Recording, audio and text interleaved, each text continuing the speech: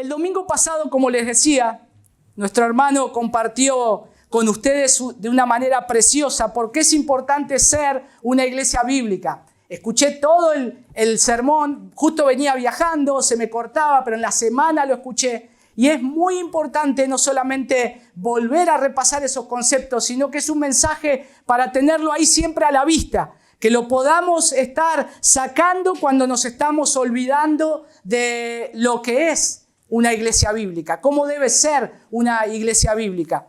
Y lo llevó por la carta del apóstol Pablo a Timoteo y también por otros textos referidos al propósito de la iglesia aquí en la tierra.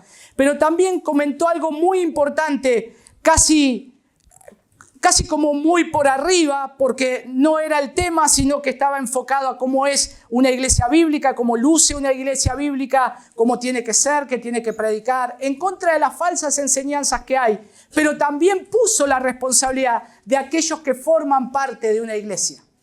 Entonces, lo que tenemos que preguntarnos es lo que significa ser parte de una iglesia bíblica. Por eso el título del sermón de hoy es ¿qué significa ser parte de una iglesia bíblica? Yo puedo buscar una iglesia que se predique la palabra de Dios, que se predique la sana enseñanza, que prediquen el evangelio, porque venimos de distintos lugares donde no se ha abierto tal vez la palabra del Señor, donde como algunas veces pasan y dicen, vengo de tal lugar que me sacaron toda la plata. Y lamentablemente pasa así.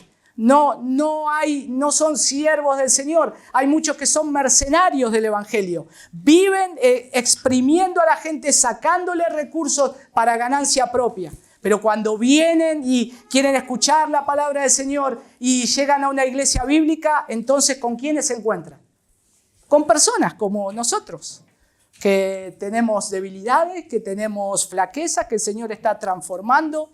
Pero ahora acá está el punto. ¿Qué significa ser parte de una iglesia bíblica? De estar dentro de una iglesia bíblica. ¿Qué significa o cuál es el ministerio que el Señor le da a la iglesia? ¿Por qué es importante saber qué significa ser parte de una iglesia? ¿Cómo luce una iglesia viva viviendo en una comunidad de unos a otros? Porque acá adentro vivimos todos juntos y nos amamos, pero también vivimos en un mundo afuera. O sea, estamos dentro del mundo, pero no somos del mundo, pero tenemos que seguir viviendo dentro del mundo. ¿Cómo nos comportamos con los de afuera? Con los que no creen lo mismo que nosotros, con los que no piensan igual que yo, los que piensan de una manera diferente. Entonces, estas preguntas son importantes y debemos encontrar una respuesta, aunque cada uno seguramente ya debe tener. Pero depende de cómo veas o concibas a la iglesia, será crucial para tu vida cristiana. Va a ser crucial para tu vida cristiana.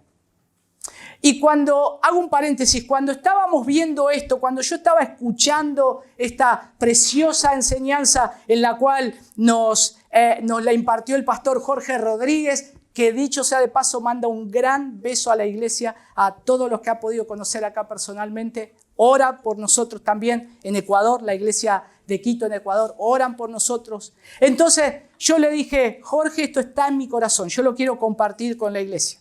Y él muy amablemente me dijo, mirá, yo te voy a pasar todos los apuntes para que vos puedas darlo de una manera efectiva. Así que la gran mayoría está ya casi todo hecho, pero ¿qué hay que hacer? Hay que aplicarlo a la iglesia local, hay que bosquejarlo para la iglesia local. Entonces, dicho esto y cerrando ya el paréntesis y antes de ir a nuestro texto, déjenme darles una breve introducción para poder comprender los términos y conceptos. Y ustedes dirán, ¿qué quiere decir con términos y conceptos?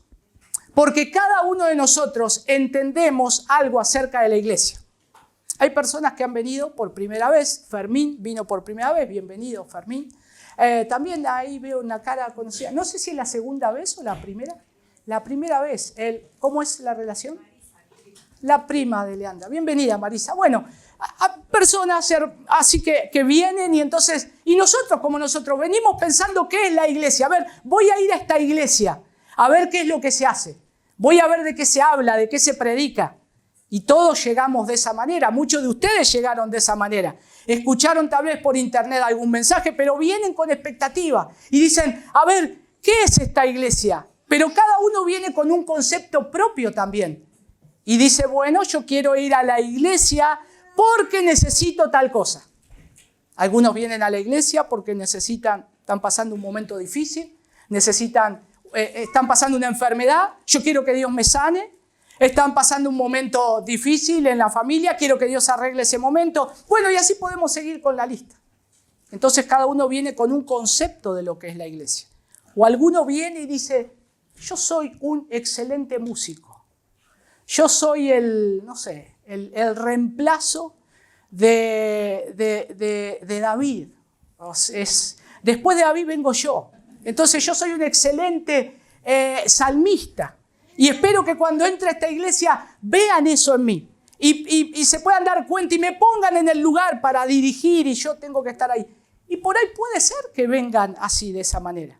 Porque hay un concepto de lo que es la iglesia. O tal vez uno dice, yo solamente vengo, me siento y me voy y no quiero hacer nada. Quiero pasar desapercibido, que nadie me conozca, que nadie me moleste. Cada uno de nosotros tiene un concepto de la iglesia. Ahora, ¿ustedes se han puesto a pensar o te has dado cuenta alguna vez de cuánto afecta nuestra experiencia, lo que hemos aprendido, a nuestra manera de ver las cosas? Si comenzamos a mencionar los conceptos así como de iglesia, también podemos tener otros conceptos. Si yo te tiro un concepto, no solo iglesia, familia, y yo te digo familia, y vos vas a pensar en familia, vas a pensar en tu familia. Tal vez tuviste una familia buena, linda, un padre amoroso, cariñoso, tuviste una madre pegada a vos, que estuvo con vos, pero tal vez venís de un concepto donde no tuviste un padre bueno, donde no tuviste una mamá buena, donde tu casa era, podríamos decir, un infierno. Y el concepto de familia varía de uno a otro. Entonces, no es lo mismo para alguien que creció en un ambiente seguro, bueno, con un padre amoroso, con un padre cuidador, una madre. El concepto de familia, esa persona va a amar la familia, va a querer tener una familia, va a querer tener una esposa, va a querer tener hijos. Pero el otro seguramente va a decir, yo no quiero tener una familia. Ser padre es muy difícil. Tener una esposa significa pelear todos los días y tener hijos es tener que sufrir que yo los tenga que maltratar o ellos me maltraten a mí y un día se vayan de casa. Entonces, esos conceptos, cada uno tiene un concepto diferente. Y así podríamos seguir diciendo qué significa para cada uno de nosotros. Vacaciones, etcétera, ¿no? Vacaciones, el concepto de vacaciones. Para algunos es lindo, para otros es un caos, ¿no? Decir vacaciones, me canso más en las vacaciones. Y bueno, conceptos. Ahora vamos a ver cuál es el concepto que tenés de iglesia. ¿Cuál es el concepto de iglesia? Y tenemos que reconocer, y sucede algo muy similar con nuestro entendimiento de lo que es la iglesia. A pesar de tu historia particular, si creciste en un contexto cristiano o si nunca fuiste a una iglesia, hay una experiencia común en todos nosotros que nos ha llevado a desarrollar una idea generalizada de lo que la iglesia es y debería ser. Muchos de nosotros venimos de un contexto evangélico. Y muchos de nosotros tenemos un concepto de iglesia. Tal vez yo vengo de una iglesia donde se me enseñó bien la palabra del Señor, donde viví tiempos preciosos de mi juventud en la iglesia, donde tenía un pastor amoroso. Entonces, ahora yo busco una iglesia similar. Y quiero tener ese mismo contexto y quiero tener un pastor amoroso. Y entonces, ven siempre lo que yo quiero y lo que espero recibir. Pero ahora pasa algo más interesante y quiero que me vayan siguiendo esta introducción. Préstenme atención, no pierdan el hilo, porque es muy importante sobre lo que este texto va a decir. Porque el texto de Primera de Pedro, capítulo 2, versículo 5, nos habla de dos cosas. La naturaleza de la iglesia y el propósito de la iglesia. Pero antes de ver esto, antes de ir acá a nuestro texto, quiero armar el argumento para que veamos cómo pensamos nosotros. Muchos de nosotros venimos de un contexto católico romano, ¿no es cierto? Yo vengo de un contexto católico romano y hemos crecido y he ido a misa y me han bautizado. No me he confirmado, pero siempre tenemos esa mentalidad. Y cuando nosotros vemos dentro de este contexto católico romano muchos de los aspectos de nuestra cultura latinoamericana han sido permeados profundamente con la influencia católica romana. Y en la tradición católica romana, la perspectiva de la iglesia que hemos recibido está conocida o concebida con la forma en la que se celebra la misa, a diferencia de los que la sirve y de los que son servidos. En la Iglesia Católica Romana están los que están sirviendo, el sacerdote. Cuando uno entra a la misa católica, ¿a quién ve que va de un lugar para otro? El sacerdote. Busca un trapito, busca un vasito, busca esto, lo pone arriba de tal cosa, va y va de un lado para otro. Y después atrás hay otros que hacen cosas que están quietos, ¿no? Hay por ahí a veces unos muchachitos que hacen unas cositas así, nada más está para eso. Pero nosotros venimos y nos sentamos, ¿no? Y no estamos esperando a decir, uy, tengo que hacer el sonido, uy, tengo que tocar la guitarra. No, venimos y nos sentamos, esperamos. Hay un sacerdote o un obispo que nos va a oficiar la misa católica. Y así es el concepto que tal vez crecimos, como yo crecí con ese concepto. Entonces yo venía, me sentaba y esperaba que en algún momento llamen para poder comulgar o tomar la comunión. Y entonces siempre esperando. Y después me iba y nadie me conocía. Nadie me conocía. Bueno, y uno dice, ¿de dónde salió esto? Porque si ponemos esa imagen, quiere decir, imagínense entrar a una misa católica que no esté el sacerdote. ¿Y quién está ahí adelante? Y uno dice, ¿qué pasa? Se suspendió la misa. No hay nadie sirviendo. Porque claro, en la misa católica, si no está el sacerdote, no hay misa. Se suspende. O sea, no hay reunión, no hay una asamblea, no hay una congregación, no hay nada. O sea, Él es el que hace todas las cosas. Él es el que lleva adelante toda la liturgia. Por esta razón, ir a misa es básicamente sentarse, ser un espectador de la adoración y regresar a casa. Y esa pasividad en la adoración a Dios es una idea que permanece arraigada en nuestra mente. Incluso cuando conocemos al Señor, comenzamos nuestra vida en una iglesia local para poder considerar las serias consecuencias que se desprenden de esta idea también. Necesitamos tener en mente esto y conocer algunos conceptos, porque lamentablemente a veces ingresamos a la iglesia cristiana, evangélica, de la misma manera. Venimos sabiendo que hay alguien que hace todo. Venimos sabiendo que hay un pastor que te va a predicar y que hay hermanos que les toca tocar un instrumento y dirigirnos en la adoración. Y si no está ese pastor que predica y si no están esos hermanos, nadie canta y nadie predica. Porque básicamente son los que hacen la reunión. Pero esto no es lo que dice la Escritura. Traemos ese concepto arraigados de este entendimiento, tal vez de lo que es la iglesia. Y uno dice, ¿de dónde nació esto? Bueno, en los primeros siglos, en el siglo II, después de Cristo, hubo un hombre llamado Ignacio. Un obispo llamado Ignacio de Alejandría. Y él empezó a decir los conceptos de lo que era la iglesia. Pero básicamente una de las cosas que la iglesia reformada tuvo que enfrentarse es a los conceptos de lo que traía la iglesia católica romana ya arraigada con lo que decía la Escritura de quién era los que llevaban adelante el culto público, el culto del Señor. O quién era la iglesia, o quién era parte de la iglesia.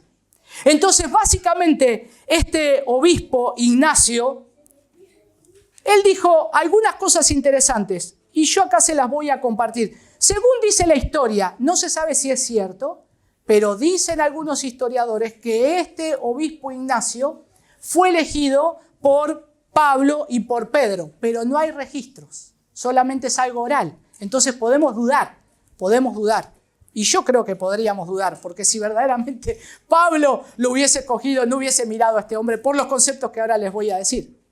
Pero, en primer lugar, Ignacio vio y enseñó que vio en la figura del obispo pastor de la iglesia una especie de sucesión apostólica, que solamente el obispo y el pastor de una congregación seguían una línea apostólica, la cual estaba conectada directamente con Dios. Y así sigue la imagen de, no solo del Papa, sino también de los sacerdotes. Solamente ellos tienen acceso directo a Dios. Ahora, yo he escuchado, no acá, pero he escuchado en otros lados, o a veces alguien que he conocido que no va a una iglesia, pero saben que yo estoy pastoreando una iglesia y me dicen, pastor, ore por mí, que a usted Dios lo escucha. A usted Dios le responde las oraciones. Y entonces yo digo, ¿qué? ¿Yo soy acaso el Papa evangélico? No, no tiene nada que ver. No es solamente pedí a Dios. Dios te puede escuchar también. Pero ven que eso como que está arraigado. Ignacio enseñó en su doctrina que esa sucesión apostólica, es decir, después de la muerte de los apóstoles, el pastor de cada iglesia venía a ser un tipo de representante apostólico en la iglesia. El punto es que la honra y autoridad del obispo y de los oficiales se deriva de verlos como representantes de Dios y de los apóstoles en la tierra. Es lo que él había enseñado. La segunda cosa que él enseñó y dejó establecida dentro de la Iglesia Católica Romana, para Ignacio el ministerio descansaba en los oficiales de la iglesia y no en la iglesia. Como que la iglesia era alguien que no sabía. La iglesia tiene que ser enseñada. La iglesia no tiene la misma capacidad que nosotros. No tiene la misma revelación que nosotros. No tiene el mismo llamado que nosotros. Entonces soy alguien que se tiene que sentar, aprender, callate, escuchá, andate a tu casa y volvé y hacemos lo mismo.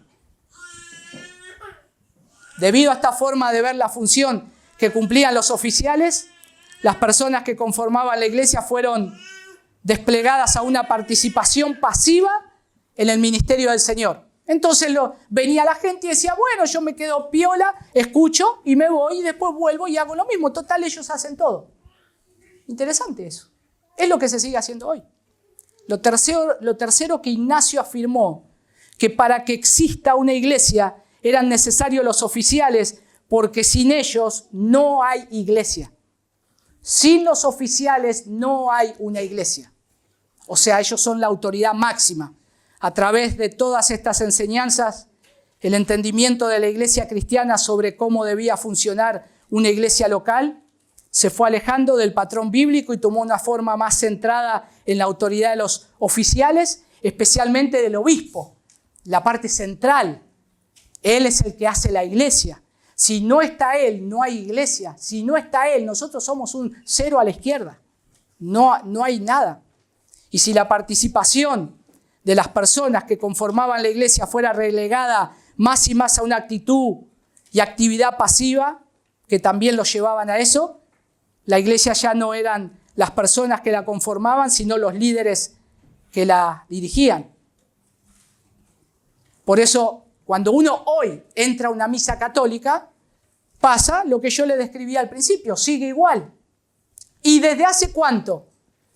Desde hace más de 500 años seguramente. Más de 500 años, un poquito más, ya es la Reforma Protestante.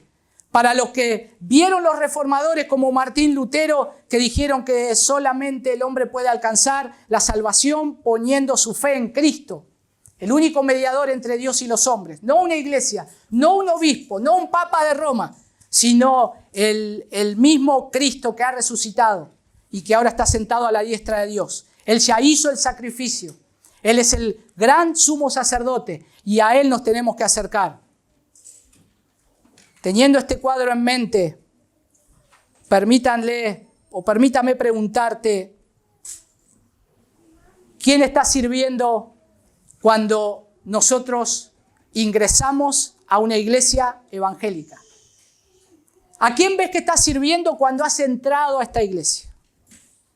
Bueno, uno podría decir rápidamente, ¿no? Vi los músicos, vi a alguien que se subió y después me enteré que era el pastor, que leyó la Biblia. Entonces están sirviendo y ellos son los que están sirviendo. Y yo estoy acá sentado, no estoy nada, estoy escuchando y de la misma manera me voy a ir a mi casa y voy a seguir mi vida y voy a volver tal vez al próximo domingo.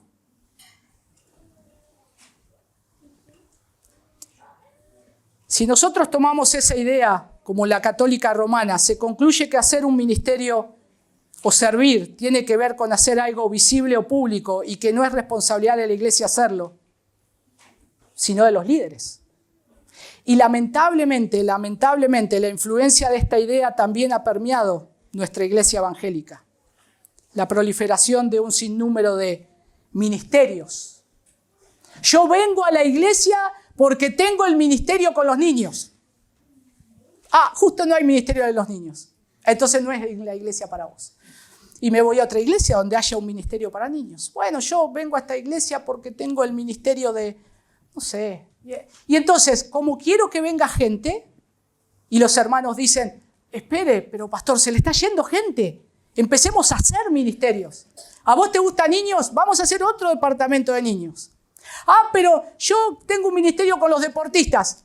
Hacemos un ministerio de deportistas para vos. Ay, yo tengo un ministerio para viejitos. Hacemos un ministerio para... ¿Quién más? Vamos, vamos. Y hay ministerio para todos. Y quedamos bien con todos. Entonces el que viene tiene que servir. Entonces cuando viene alguien le preguntamos, ¿y a vos qué te gusta hacer? Para ver si queda algo suelto, ¿no? Ya inventamos 500 ministerios para que estén todos conformes, para que todos sean visibilizados, porque entendemos que es eso, que la iglesia a veces tenemos que ser vistos, pero no digo de ser vistos, acá estoy yo, sino de que soy útil en la iglesia si estoy en un ministerio. Pasa lo mismo con las mujeres que se dedican a su familia. Y a mí me molesta mucho cuando yo digo, mi esposa trabaja en mi casa. ¿Qué hace? Cerámica, tiene un taller, ¿qué hace?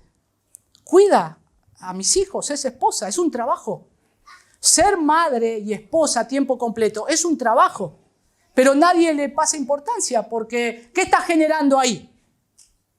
Pero es un trabajo, es un trabajo. Y la mujer que trabaja afuera tiene 2 trabajos, en su casa y afuera. Ahora, cuando nosotros venimos a la iglesia, pensamos que estamos sentados y no hacemos nada. Yo no estoy en ningún ministerio, yo no hago nada. ¿Y eso es bíblico? Bueno, a esto yo los quiero ir llevando y que pensemos juntos. Si es correcto eso. Si está bien que solamente tengan que hacerse ministerios para servir dentro de la iglesia o para hacer algo. O verdaderamente el Señor nos dijo en su palabra que ya nosotros hacemos algo mucho más importante de lo que podamos crear, pero no nos estamos dando cuenta. Y que está acá en la palabra de Dios. Es por eso que cuando vos y yo pensamos en el servicio a Dios, lo primero que viene a nuestra mente es una responsabilidad pública que debemos realizar delante de otros. Cuando pensamos en la iglesia, decimos, vengo a la iglesia, y alguno dice, yo no quiero ir a la iglesia porque me van a hacer trabajar. Yo no quiero ir a la iglesia porque seguramente tengo que hacer algo, y yo no quiero estar dispuesto a eso. Desde esta perspectiva, si no estás en un ministerio público, no estás sirviendo al Señor. Sin embargo, esa es la perspectiva que la palabra de Dios nos da cuando hablamos de servir o de ministerio. Es esa la perspectiva. Cada uno de ustedes que leen la Biblia, que leemos la Biblia, es esa la perspectiva de que Dios dice de que cada uno de nosotros que venimos a ser parte de la familia de Dios, que somos parte del cuerpo de Cristo, ¿esa es la forma de hacer ministerio en la iglesia? ¿De servir al Señor? ¡Claro que no! No es que necesitamos generar puestos de trabajo. Ya el Señor nos habló y nos dijo que aquellos que somos sus hijos, que somos parte de su cuerpo, ya nosotros tenemos una gran responsabilidad. Todos tienen una gran responsabilidad. Acá no hay lugar para quedarse quieto. Tienen una gran responsabilidad delante del Señor. Y permítame mostrarte esto a través, ahora sí, de nuestro versículo maravilloso que tenemos por delante de 1 de Pedro 2:5.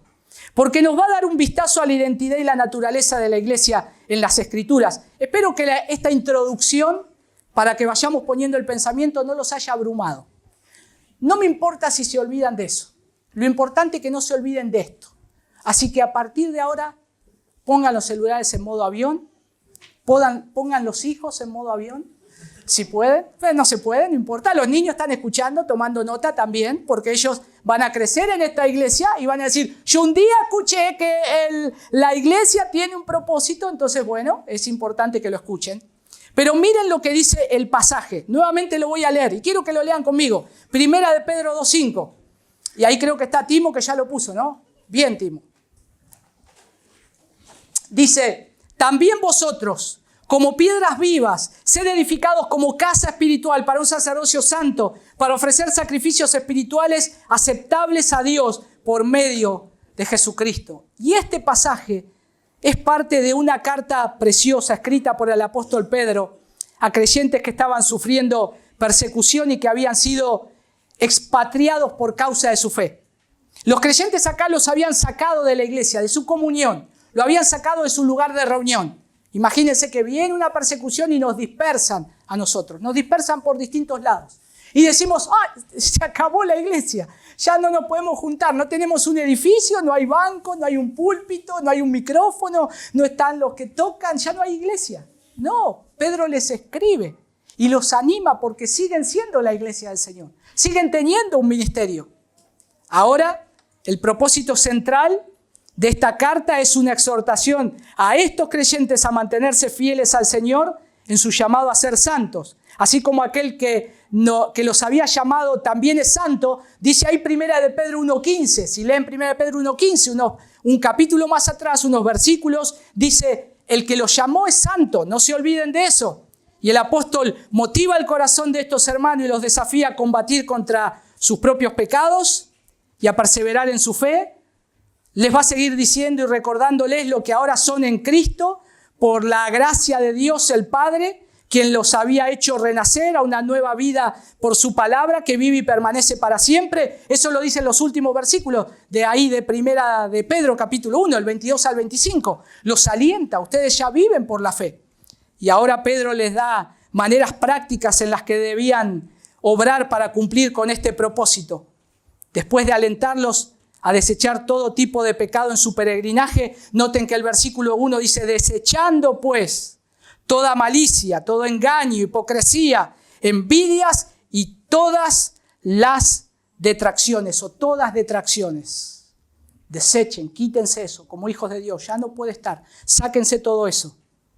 Les exhorta a mantener una relación saludable, dependiente con la palabra de Dios, con el propósito de que puedan seguir creciendo. El versículo 2, sigan creciendo, tomando de la leche espiritual.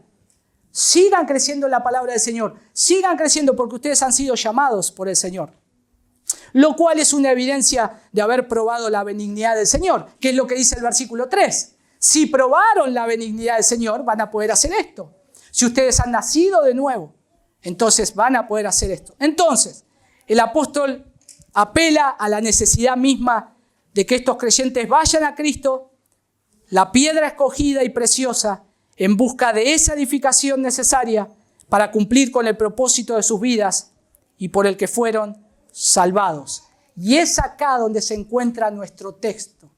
Y es acá donde vamos a tener la respuesta de cuál es el propósito y la naturaleza de la iglesia.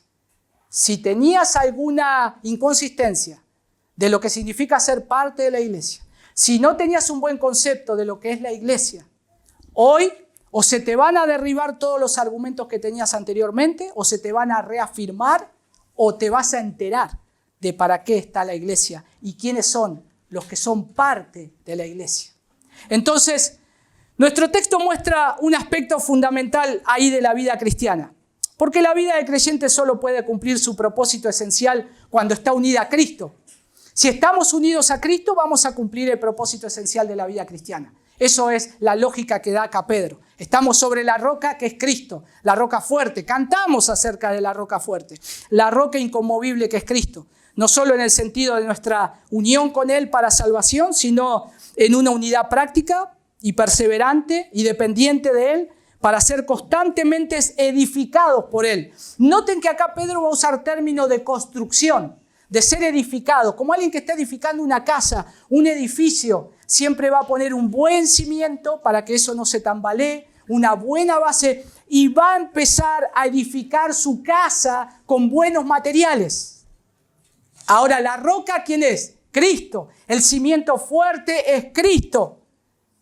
Pero ahora, lo gracioso, podríamos decir, es que para hacer esa casa, Dios utiliza y empieza a sacar de una cantera miserable, de elementos débiles, de cosas que nadie construiría nada, ni siquiera algo en la arena, nada. Él empieza a sacar de ese material miserable para empezar a hacer un edificio fuerte. Ese material miserable o débil somos nosotros, que Él mete las manos en la cantera del barro, del lodo, nos saca de ahí y empieza a hacer sus bloques, sus ladrillos. Pero el edificio no somos nosotros los ladrillos solamente. La base es Cristo. La base es la roca fuerte, inconmovible. Hay un buen cimiento. Pero ahora el Señor quiere hacer esto por su gloria y para su bien. Y Pedro nos recuerda que en nuestra debilidad podemos acogernos a Él, porque su fuerza es invencible. Y en la debilidad de nuestra carne, Él es nuestra protección y seguridad. Por eso nosotros podemos caminar seguro que en nuestro peregrinaje espiritual el Señor nos va a sostener. Si estamos fundamentados sobre la roca firme, nada nos va a poder mover. Podremos sufrir cimbronazos, pero no nos vamos a caer. El edificio está fuerte, la iglesia está fuerte. La iglesia tiene que construir sobre la roca que es Cristo, sin lugar a duda, y sobre su palabra. Confiados en que vamos por buen camino, que el fundamento es Cristo, que estamos siendo edificados en la roca de la eternidad que es Cristo Jesús. Y en medio de esta maravillosa verdad práctica, el pasaje ahí nos muestra estas dos verdades. Hay dos verdades en este versículo. Miren, uno dice tan chiquito y estas dos verdades, sí, hay dos verdades ahí. Con respecto a lo que somos y a nuestra responsabilidad como parte de este edificio de Dios donde estamos siendo edificados por Cristo. El primer elemento que hay ahí, o la primera verdad, es que describe a los cristianos como piedras vivas que conforman un edificio espiritual, lo cual trata el tema de la identidad de la iglesia. Nosotros somos ahora piedras vivas. Noten que no dice que somos piedras solamente, como nos decimos, no, esta es una piedra. No, el Señor dice, son piedras, no de tropiezo, sino que son piedras vivas, que se mueven, piedras que se mueven, que tienen vida. Por eso lo pone en esa gráfica. Y la segunda verdad es la responsabilidad que tiene el creyente en el servicio como parte de ese edificio, lo cual trata el asunto relacionado con la naturaleza de la iglesia. Y esto se marca en el para. En esa mitad de versículo hay un para. Y ahí es donde se marca esto. Y déjenme decirlo de otra manera para que lo podamos entender. Lo primero trata de responder la pregunta, ¿quiénes conforman la iglesia? En este versículo, ¿quiénes conforman la iglesia? Lo va a responder acá. Y lo segundo, ¿cuál es la responsabilidad de la iglesia? Entonces acá tenemos estas dos cosas. ¿Quiénes conforman la iglesia y cuál es la responsabilidad de esa iglesia? Ya que es una iglesia bíblica lo vieron el domingo pasado. Ahora estamos adentro. Ahora estamos viendo quiénes la conforman y cuál es la responsabilidad. Vamos al primer elemento. ¿Quiénes conforman la iglesia? Primera de Pedro 2:5, la primera parte. Noten ahí, dice, también vosotros como piedras vivas, ser edificados como casa espiritual. Y esta pregunta es sumamente importante. ¿Quiénes conforman la iglesia? Para tirar los argumentos que les puse anteriormente, ¿no? Para todos los conceptos que tenemos de la iglesia, de la tradición que traemos, tal vez conceptos cerrados. Y esta pregunta es sumamente importante porque la respuesta que le demos tiene muchas implicaciones en nuestro tema. Si respondemos al igual que Ignacio y otros hombres en la historia, que la iglesia está conformada por los obispos o los oficiales, entonces la segunda pregunta, ¿cuál es la responsabilidad de la iglesia? Ya tiene una respuesta, tiene que ver solo con ellos. ¿Quiénes son los que hacen la iglesia? ¿Cuál es la responsabilidad que tiene la iglesia? Bueno, la responsabilidad cae sobre los obispos. Entonces vengo a una iglesia donde dice, acá toda la culpa la tiene el pastor, o los ancianos. Yo, argentino, no hago nada. No. Vamos a ver si esto es lo que dice la Escritura. Es decir, si los pastores son la iglesia, entonces el ministerio en la iglesia debe ser hecho por ellos. Pero, ¿cómo responde este pasaje a esta pregunta? Noten acá, casi siempre el texto hebreo empieza con un pronombre personal para que nos demos cuenta a qué va a apuntar. ¿Con qué pronombre personal empieza? Versículo 5 que estamos viendo ahí. Vosotros. Entonces ya empiezo a descartar a los pastores. Bueno, los pastores son parte del cuerpo, también ellos. O los ancianos, o los que están ministrando. Pero ahora Pedro dice, ustedes, vosotros, con el que comienza este versículo ahí en griego. Ahí nos enseña que los creyentes a quienes Pedro está exhortando en esta carta son, ¿qué? Las piedras vivas. O sea, las piedras vivas no es solamente el pastor, no son los que hacen la reunión, sino que son ustedes las piedras vivas. O sea, Dios está poniendo la mano sobre ustedes. Ustedes son parte de la iglesia, ustedes no son pasivos. Hay algo que se está moviendo ahí. Hay algo que está teniendo vida, hay algo que necesita ser edificado y necesita crecer. Entonces ahí hay una gran responsabilidad. Que en conjunto con los otros creyentes conforman ¿qué? Dice, ustedes son las piedras vivas, pero en conjunto con los otros creyentes, ¿qué conforman? Dice ahí, una casa espiritual. Y la iglesia no es este edificio de 4 paredes, ¿eh? Por eso hay muchas sectas que creen que la iglesia es un edificio. Porque su mirada está puesta en lo ostentoso que es. Nosotros vemos acá que los mormones han hecho un gran edificio y ellos se jactan de eso. Para ellos, eso es la iglesia. Para Cristo no son paredes. En la antigüedad, los dioses, ¿saben cómo se representaban la grandeza de cada dios? Por la majestuosidad de los edificios. Si uno viaja y quiere conocer el templo de Hércules en la Europa, va a ver tremendos bloques, porque de acuerdo a su Dios era el templo. Pero sin embargo, cuando vamos a la Escritura, el Señor habla al pueblo de Dios y le dice, construye una morada para mí, que sea de tela, que tenga estacas, que tenga cuerdas. ¿Qué clase de Dios hace un templo así? Los antiguos mirarían, los otros que miraban a otros dioses, adoraban a otros dioses. ¿Dónde está la grandeza de ese Dios? Miren dónde se manifiesta, en un templo rectangular. Todo eso es su Dios, en una arca de madera. Es que el punto no está en ese lugar. Nuestro Dios es el Dios que no lo puede contener ningún templo. Nuestro Dios es un Dios que no lo puede contener mano de hombre. No lo podemos representar en una imagen. Si hacemos un edificio ostentoso, no quiere decir que ese edificio ostentoso sea nuestro Dios. Nada lo puede contener. Nada lo puede contener. Ahora dice acá Pedro, ustedes son las piedras vivas, forman la casa espiritual. Estas piedras son edificadas, noten que dice edificadas o colocadas en un lugar correspondiente por Cristo.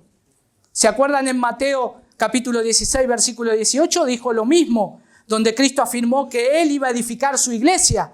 Él prometió y dijo, yo voy a edificar mi iglesia. Es Él el que pone la mano. Se hace mención de esta misma verdad. Y la iglesia es representada como un edificio y Cristo es quien la construye. Entonces, si esta casa espiritual es una referencia a la iglesia no está constituida por los pastores o líderes, aunque forman parte de ella, la iglesia está constituida por creyentes. La iglesia está constituida por creyentes. La conforman creyentes. Las piedras vivas son creyentes. Las piedras vivas son ustedes que vienen cada domingo. Y no vienen solamente a sentarse. Vienen porque tienen algo que hacer. Solamente ahora estamos viendo quiénes somos, quiénes son las que la conforman. Las piedras vivas, eso puede ser visto también a la luz de las palabras de ahí, cuando dice casa. La palabra casa ahí es casa, oikos, casa, de 4 paredes es una casa, que expresa la idea de la comunidad cristiana como el templo de Dios. ¿Por qué dice casa? Oikos, casa. Porque en la casa la habita ¿quiénes? Personas. Si ustedes van por su barrio, no conocen a todos sus vecinos, pero están con sus hijos y le dicen, no te acerques no juegues a la pelota en la casa de aquel hombre porque ese hombre, la esposa ahí le tiene miedo, ese hombre anda y saca a todos corriendo. O sea, no se metió dentro de la casa, pero sabe quién vive dentro de la casa, porque la conforman personas. En esa casa todos se gritan. En esa casa no se escucha a nadie. En esta otra casa, la vez pasada, me fijé, entré y no había nada, estaba abandonada. Porque la casa la conforman personas que hacen algo. Por eso el Señor nos pone adentro de una casa y hacemos algo. Pero ahora podríamos decir, ¿ves que hay que hacer ministerios? Momentito, tranquilo, no llegamos hasta ahí. La idea detrás de casa espiritual de Dios constituye una imagen bíblica ahí muy importante. Porque la casa espiritual de Dios denota el lugar donde Dios habita o mora, donde tiene su trono y su presencia es manifestada contundentemente. ¿Quién es el dueño de esta casa? Dios. ¿Quién es el dueño de su iglesia? Dios. Cuando estamos en cualquier casa decimos, el dueño de esa casa es tal persona. Y sabemos si es bueno o malo, qué autoridad tiene. El dueño de esta casa, de esta iglesia, no es el pastor, no son los ancianos, no son los diáconos, no son los miembros. Tenemos que recordar que el dueño de esta casa es Dios. Él es la autoridad. Él es al que otros tienen que ver. Él es aquel a quien damos a conocer. Por eso venís acá para conocer a Dios. Venís acá a conocer el plan redentor de Dios. De que Dios tiene un hijo que lo ha enviado al mundo para salvarnos, librarnos de nuestros pecados y acercarnos a Él. No es ver la elocuencia de lo bueno que yo soy, lo buen pastor que puedo llegar a ser, o la linda alabanza que se toca acá. Eso no, eso tiene que menguar. El que tiene que crecer es el Señor. Mostrar precioso a Cristo, esa es la tarea de la iglesia.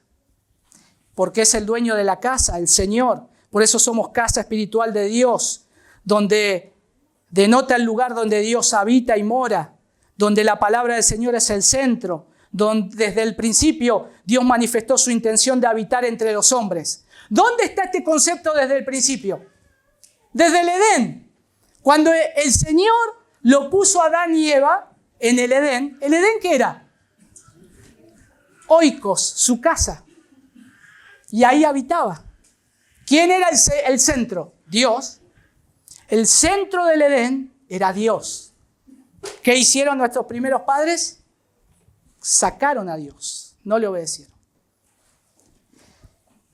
Y cuando nosotros vemos la progresión bíblica y nosotros seguimos viendo, cuando el pecado entró en el mundo por causa de Adán, Dios sacó a los hombres de su presencia y su habitación ya no podía estar entre hombres pecadores.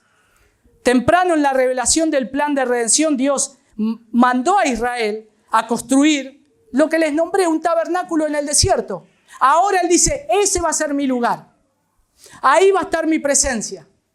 Ahí yo me voy a manifestar. Y otra vez, otra casa. Pero ahora ya no como en Edén. Y ellos se tenían que conformar que la presencia de Dios se iba a manifestar a veces. Y no la iban a poder disfrutar como en el principio sus primeros padres antes de caer. Lamentablemente. Ahora estaba limitado. Después construye el tabernáculo, pero no todos podían entrar en el tabernáculo. ¿Quién entraba solamente? Los sacerdotes. Entonces, ¿ven la limitación? Se achicó. Ahora el pueblo está esperando detrás de las cortinas que se montaban y los sacerdotes tenían que hacer todas las cosas y ellos ofrecían los sacrificios y ellos le hablaban al pueblo lo que Dios dijo. Y tenemos ahí en Moisés, ahí tenemos un pacto del Señor donde Dios le dice las estipulaciones del pueblo, lo que tienen que hacer y no tienen que hacer, le da leyes. Pero se manifestaba de esa manera y ahora solamente pocos podían acceder, estaban limitados a una institución regulada por leyes y formas. Después de que Israel conquistó la tierra prometida, conforme a la promesa del pacto de Dios, el Señor les ordenó que su habitación en la tierra sea establecida, ¿a dónde? En Jerusalén, en un templo. Otra vez, lo mismo, un lugar. Todo esto fue parte de las sombras que Dios proyectaba de una realidad mucho más gloriosa y perfecta. Porque cuando vino el cumplimiento de la promesa, según Juan capítulo 1, versículo 14, ahora, ¿dónde vimos esa casa que representaba el Edén? Esa casa que en el pueblo de Israel tenían el tabernáculo, esa casa que luego tenían el templo. Ahora los hombres con sus ojos, ¿qué fue lo que vieron? Juan 1:14, a Jesús. Él dijo, he aquí uno mayor que el templo. La presencia del Señor, dice ahí en ese texto, que hizo tabernáculo con los hombres. Vimos a Él y vimos la gloria de Dios.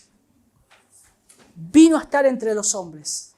Ahora vimos a ese varón perfecto, el Hijo de Dios, lleno de gracia y de verdad. La gloria de Dios fue recubierta de humanidad, podríamos decir, que la gloria de Dios cubrió un cuerpo como el nuestro, con carne, con huesos, que sufría, que sangraba, que tenía sueños, pero ahí estaba contenido la gloria del Señor. ¿No le parece maravilloso eso?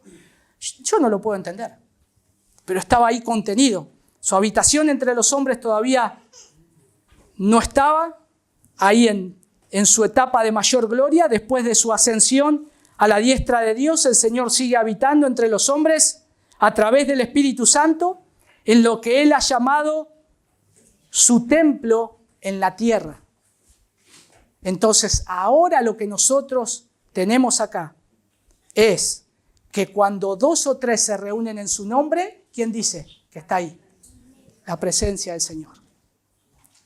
Lo que pasó en Edén, lo que se manifestaba en el tabernáculo, lo que se pasaba en el templo de Jerusalén, lo que vimos en la gloria del Señor, de Cristo, ahora decía, les conviene que yo me vaya. Va a venir el Espíritu Santo y los va a conformar y mi presencia va a estar ahí. Entonces, la gloria del Señor está ahora donde están 2 o 3 reunidos en su nombre. Cuando venimos acá, está la presencia del Señor. Lo que otros desearían, yo creo que a veces, hermanos, cuando nosotros, bueno, a veces hay motivos de fuerza mayor. De paso, oren por los hermanos que están enfermos. Quisieran estar acá. Pero cuando no estamos acá porque, no sé, justo corre Colapinto, justo a las 10, larga. Si se levantaría Moisés del polvo, se pondría hueso, Dios nos golpearía. Nos daría de sopapos.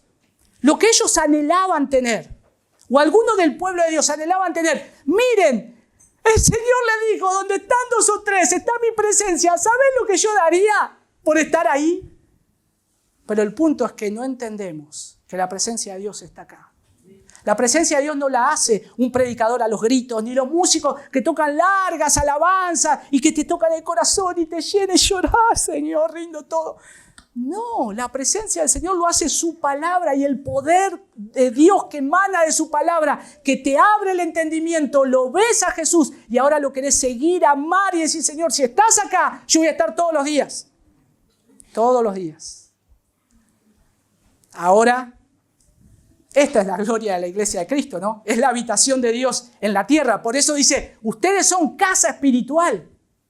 Acá en este mundo está para que la gente vea que acá está mi presencia, que acá la gente puede ver la gloria del Señor. Está manifestada, la cual está constituida por todos aquellos que creen en Él. Aunque hay hombres de Dios que han enseñado que solo existe una iglesia cuando hay pastores o que los oficiales son los que constituyen la iglesia porque los representan, la palabra de Dios nos enseña que los creyentes son los que constituyen la iglesia de Cristo en la tierra y las iglesias locales son una representación de esa iglesia universal. Por lo tanto, la iglesia de Cristo, como dice nuestra confesión, está compuesta por los creyentes verdaderos, los cuales toman el compromiso de andar delante de Él en todos los caminos de la obediencia que Él les prescribe en su palabra y voluntariamente acuerdan andar juntos a otros en iglesias locales, conforme al designio de Cristo, dándose a sí mismo al Señor y mutuamente por la voluntad de Dios, profesando sujeción a los preceptos del Evangelio. Para eso está la iglesia. Para eso nosotros somos parte y tenemos una identidad con una iglesia. Ahora se nos cayó el decir, bueno, solo el pastor hace la iglesia, los líderes. Ahora hay una gran responsabilidad.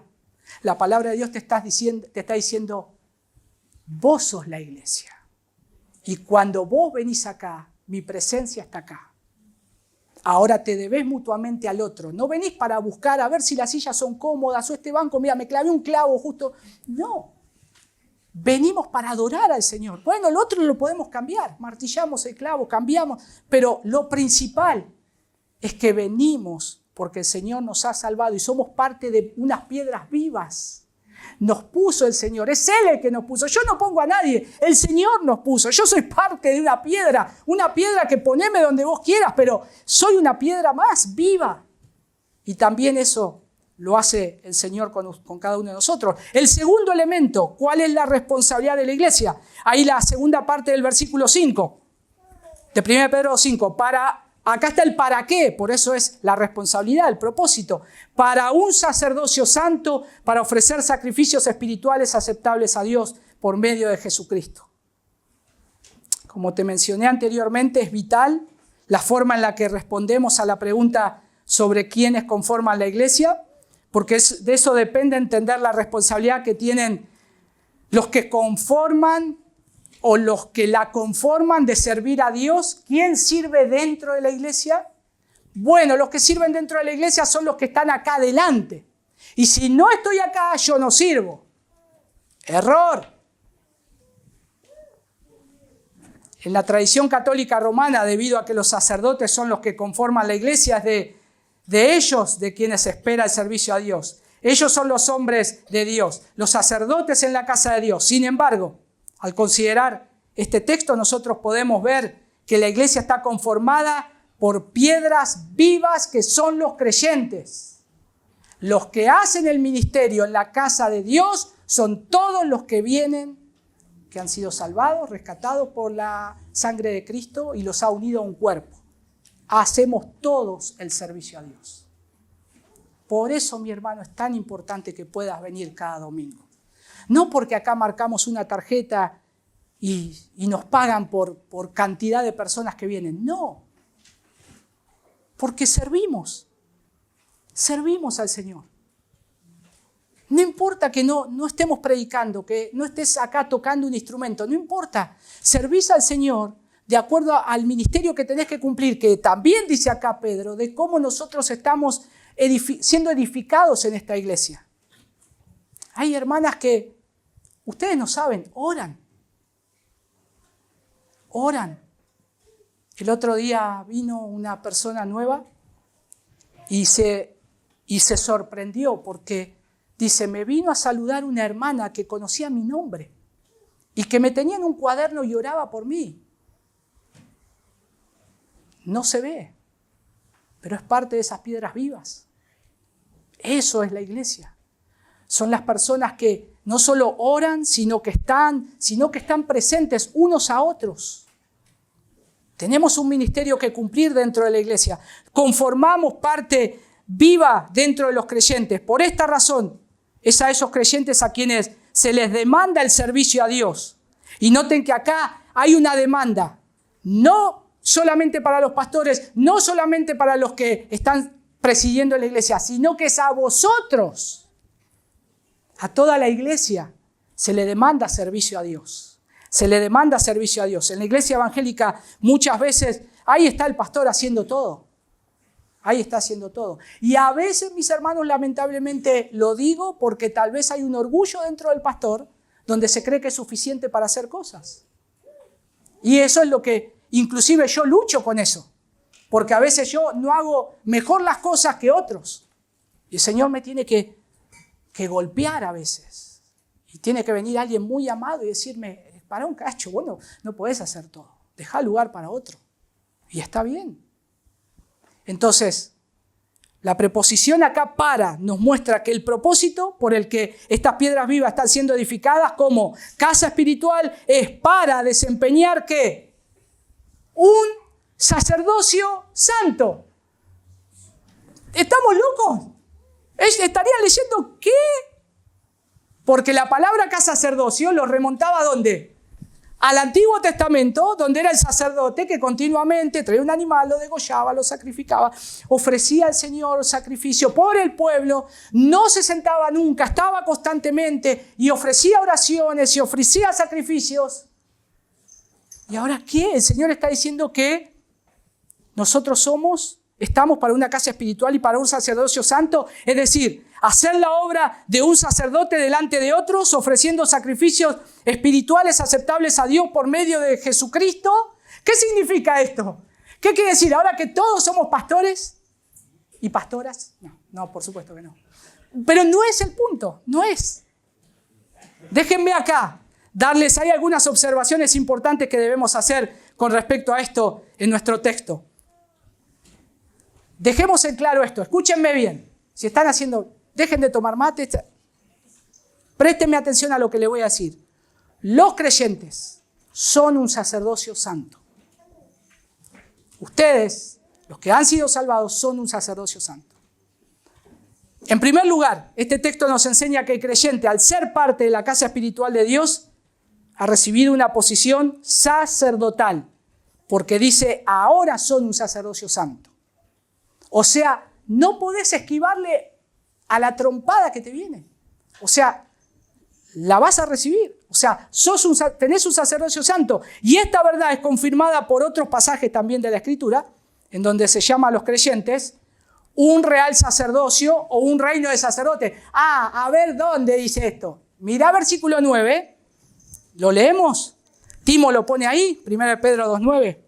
Mas vosotros sois linaje escogido, real sacerdocio, nación santa, pueblo adquirido por Dios, para que anunciéis las virtudes de aquel que os llamó de las tinieblas a su luz admirable.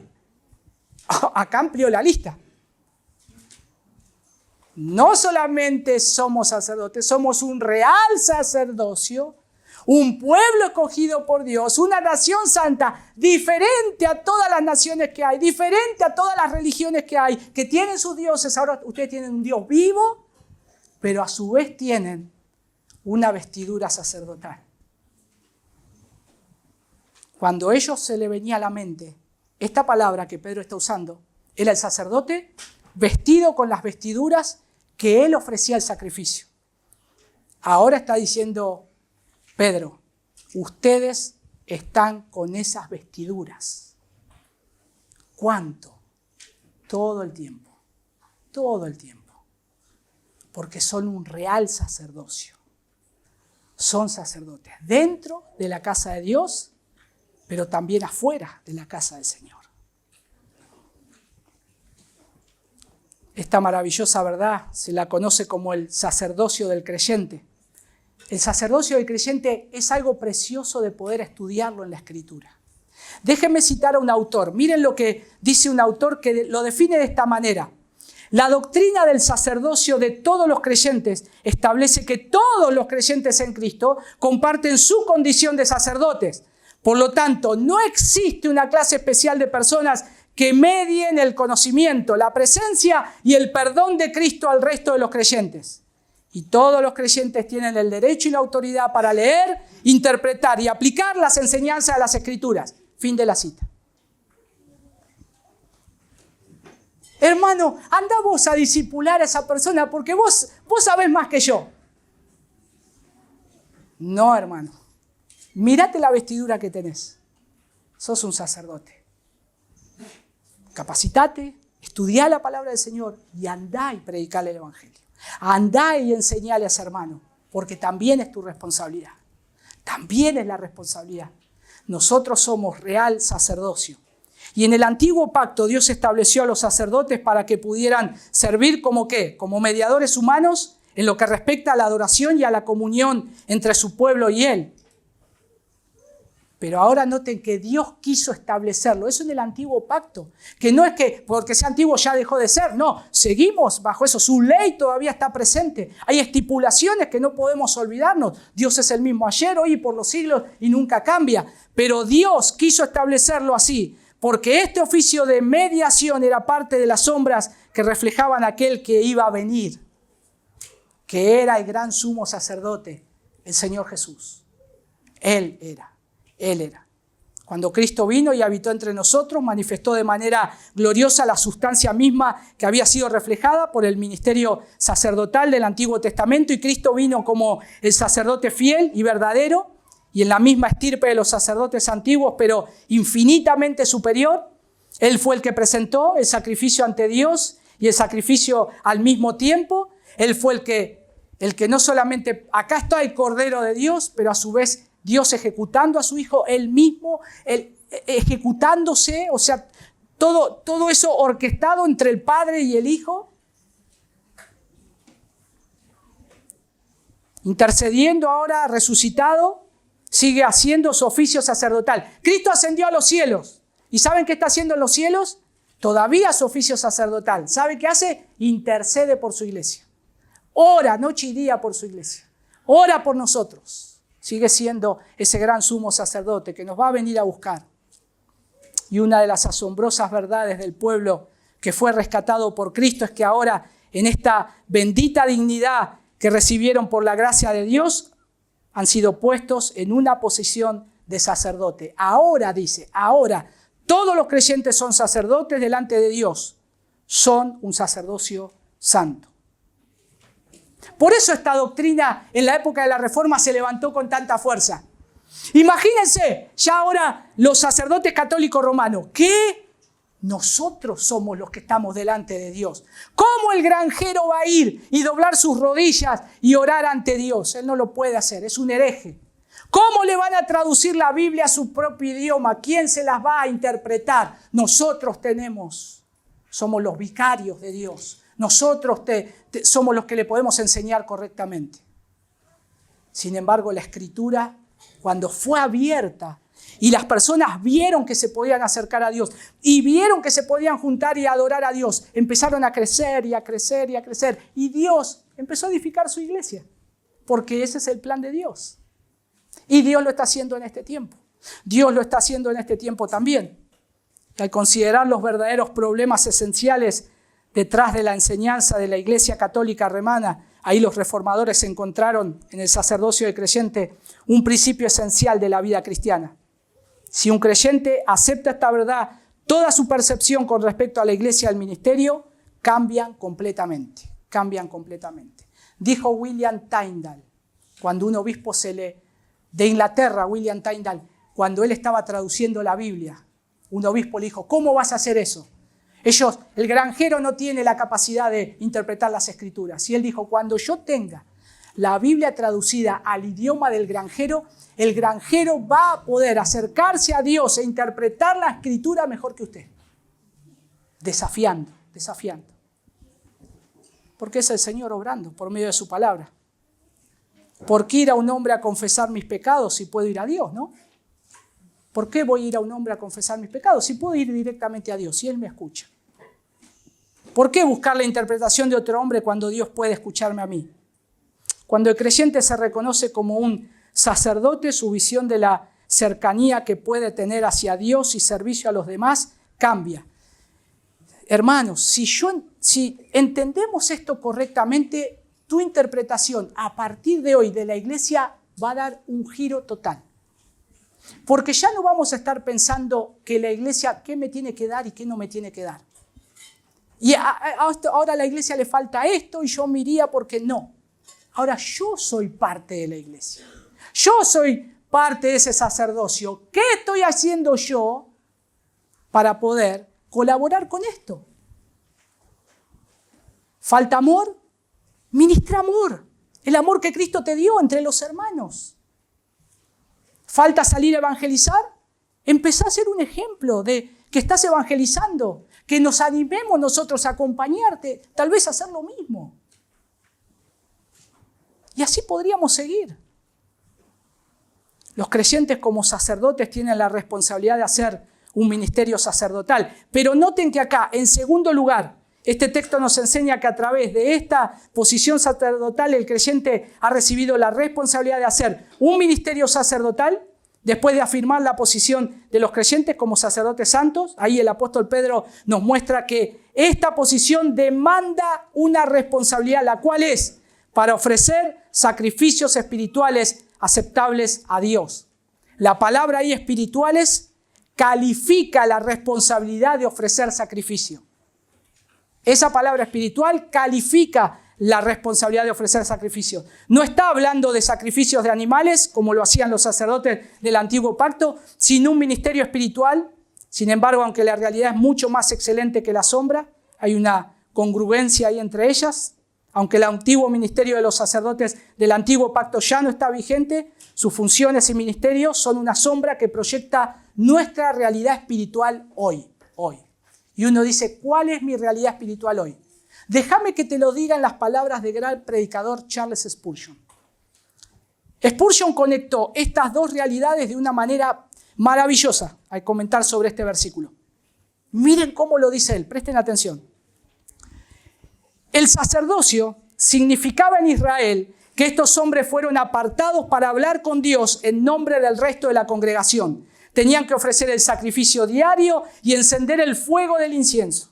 Ahora, ustedes creen en Cristo Ustedes que creen en Cristo son todos sacerdotes. Sacerdotes para la humanidad, para hablar por ellos a Dios. Así como el hombre es portavoz de un mundo mudo, también eres intercesor de una raza pecadora.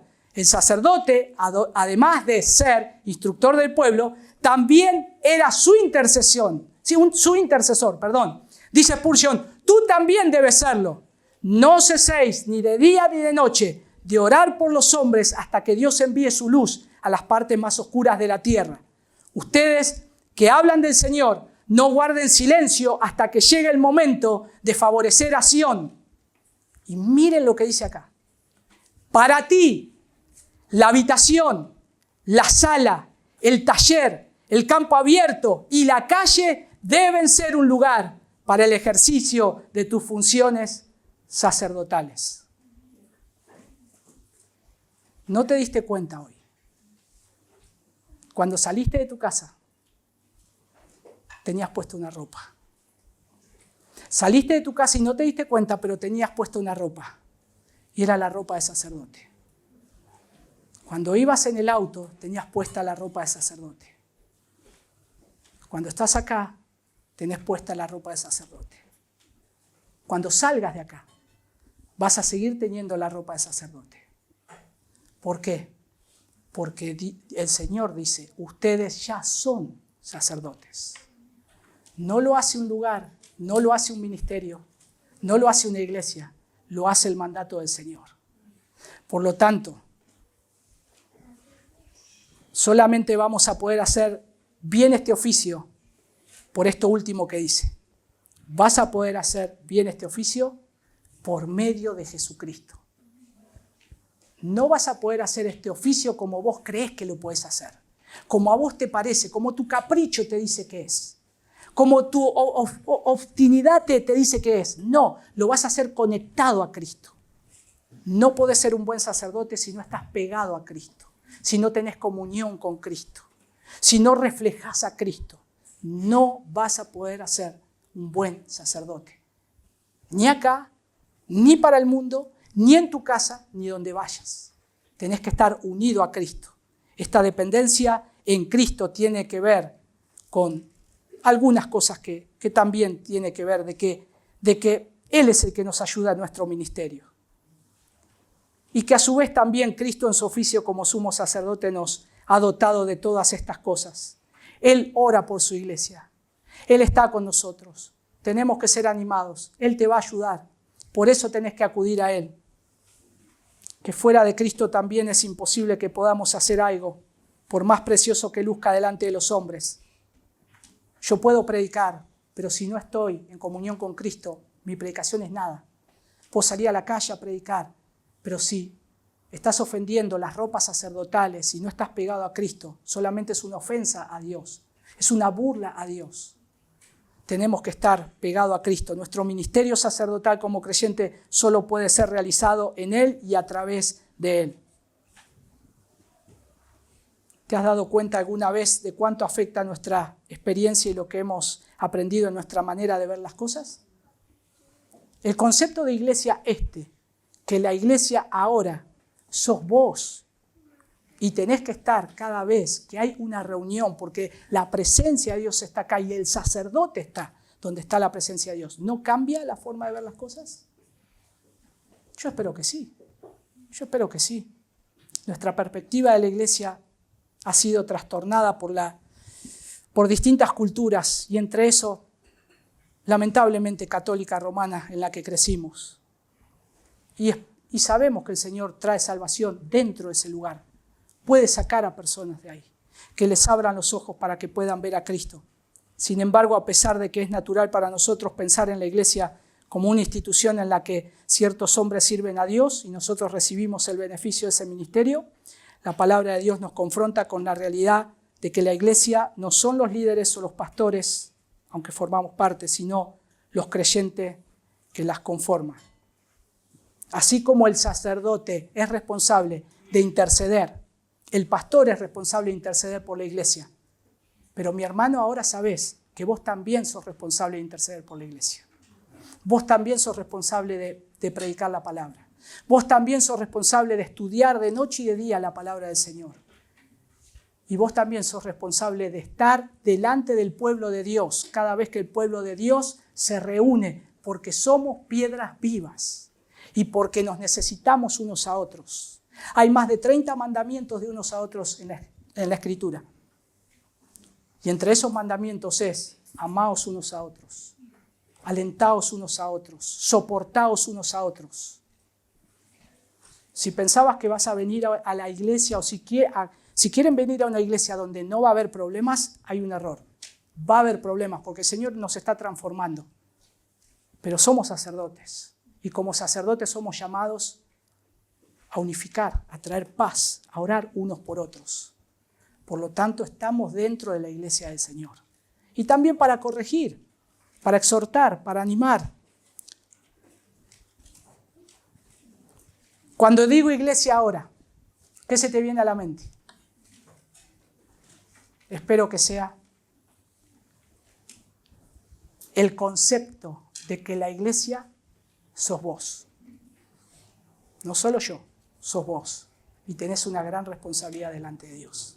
Oremos. Señor, te damos gracias por tu palabra. Te damos gracias porque siempre nos hablas, Señor, y nos muestras el camino en que tenemos que andar. Te damos gracias por tu iglesia, Señor. Te damos gracias por nuestro bendito y amado Salvador, que murió por nosotros, por nuestros pecados. Y gracias por tu iglesia, Señor. Esta es tu iglesia. Esta es tu iglesia local, Señor. No tenemos otra iglesia. Solo la iglesia universal, que está reunida en otros lados. Pero, Señor, nos debemos a este grupo de hermanos. Me debo a este grupo de hermanos, Señor. Tú nos has llamado para tener comunión unos con otros. Ayúdanos a poder entender esto, Señor. Y gracias porque en aquel día tú vendrás a buscar a una sola iglesia de toda lengua, pueblo, tribu y nación, Señor. Y nos uniremos a ti. Gracias, Señor. Mientras tanto, ayúdanos a seguir avanzando y creciendo para reconocer y saber el propósito y la identidad como iglesia. En el nombre de tu Hijo Jesús. Amén.